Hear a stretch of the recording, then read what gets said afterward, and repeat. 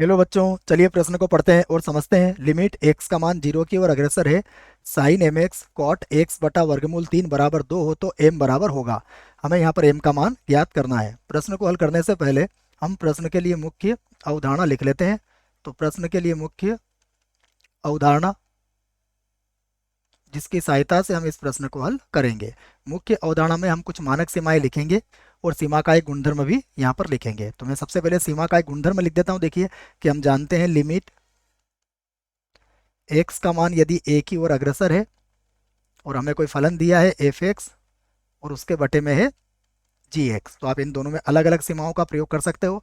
मतलब आप इसे लिख सकते हो लिमिट एक्स का मान ए की ओर अग्रसर और ये हो गया आपका एफ एक्स, और यहाँ पर आप बटा या फिर भाग का चिन्ह लगा सकते हो और फिर से लिख सकते हो लिमिट, ये हो जाएगा एक्स का मान ए की ओर अग्रसर और ये बन जाएगा जी एक्स। इस प्रकार से आप कर सकते हो।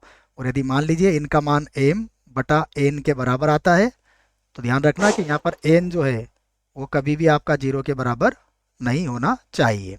ठीक है, तो यह आप सीमा का गुणधर्म है जो इस प्रश्न के लिए याद रखें। उसके बाद इस प्रश्न में हम कुछ मानक सीमाएं भी लगाएंगे। मैं उसे भी यहाँ पर लिख देता हूँ, मानक सीमा।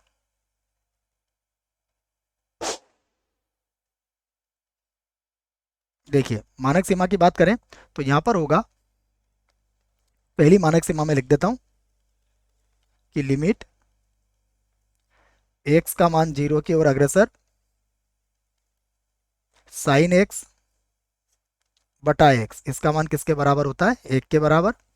एक और मानक सीमा होती है वो भी मैं लिख देता हूँ, लिमिट एक्स का मान जीरो की ओर अग्रसर और टेन एक्स बटा एक्स, इसका मान भी किसके बराबर होता है, एक के बराबर होता है। आइए प्रश्न को लिखते हैं हम। तो प्रश्न में हमें दिया गया है लिमिट एक्स का मान शून्य की ओर अग्रसर, यहाँ पर है साइन एम एक्स और गुणा ये होगा कॉट और एक्स बटा वर्गमूल 3 के बराबर। और बराबर कितना दिया हुआ है, दो। यदि अभी हमने यहाँ एक्स का मान जीरो रखा तो साइन जीरो का मान जीरो होगा और कॉट जीरो का मान अनंत हो जाएगा। मतलब ये कौन सा रूप बन चुका है अभी, अभी तो ये जीरो गुणा अनंत रूप है। और जीरो गुणा अनंत रूप है इसका अर्थ हुआ कि यह अनिधारी रूप है। अभी हम इस सीमा में एक्स का मान जीरो नहीं रख सकते हैं, ये बात आप याद रखें। मैं इसको जीरो को एक बार और लिख देता हूँ बच्चों, फिर हम प्रश्न को आगे हल करते हैं। देखो ये जीरो गुणा अनंत रूप जो कि अनिधारी रूप है। अब हम क्या करेंगे, इसको इसको हम इस प्रकार से लिख सकते हैं। फिर से लिखूंगा मैं इसको, लिमिट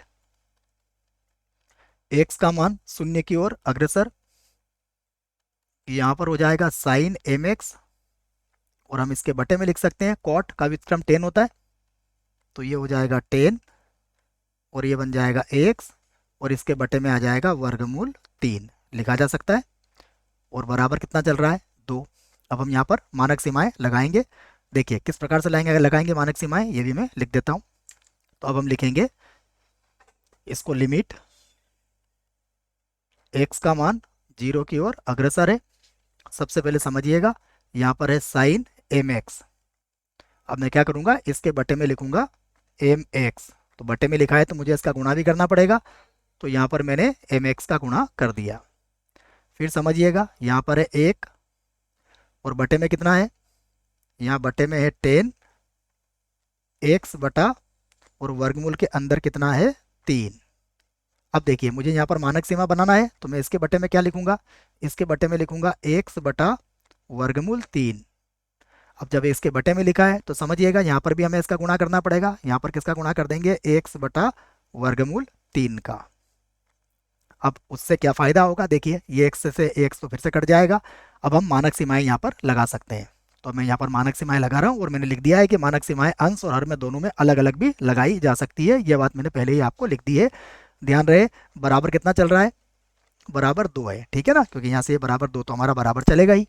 ओके, तो अब देखिएगा हम मानक सीमाओं की बात करेंगे तो साइन एम एक्स बटा एम एक्स के लिए मैं एक बात यहाँ पर लिखना चाहूँगा आपके लिए, वो भी मैं यहाँ पर समझा देता हूँ कि देखिए यदि एक्स का मान शून्य की ओर अग्रसर होता है तो इस आधार पर हम क्या कहेंगे कि एक्स का मान या एम एक्स का मान या एक्स एम या एम एक्स का मान भी किसकी ओर अग्रसर होगा, जीरो की ओर अग्रसर होगा।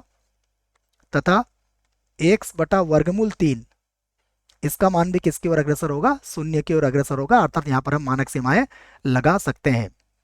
तो पहली मानक सीमा साइन एम एक्स बटा एम एक्स का मान कितना लिखूंगा मैं, इसका मान लिखूंगा मैं 1, उसके बाद गुणा में कितना है एम, उसके बाद गुणा में है 1, उसके बटे में कितना है मानक सीमा से 1, और फिर हो जाएगा 1 बटा वर्गमूल 3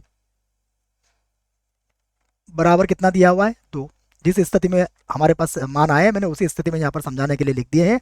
अब अगर ध्यान से देखोगे तो ये जो 1 बटा वर्गमूल 3 है ये ऊपर चला जाएगा, तो ये कुछ इस प्रकार हो जाएगा वर्गमूल 3, उसके बाद आ जाएगा एम और बराबर होगा 2।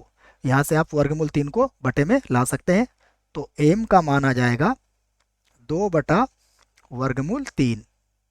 तो एम का जो मान है वही हमसे पूछा गया था। अब हम प्रश्न को देखते हैं।